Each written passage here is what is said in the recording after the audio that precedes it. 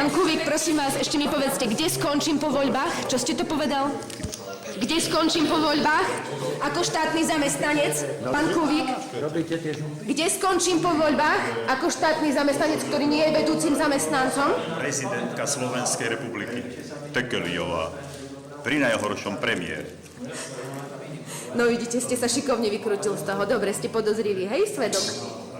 Organizované zločinecké zoskupenie pána Danka, mestskej polície, krajského riaditeľa Benka a okresného riaditeľa policajného zboru pána Dubňanského.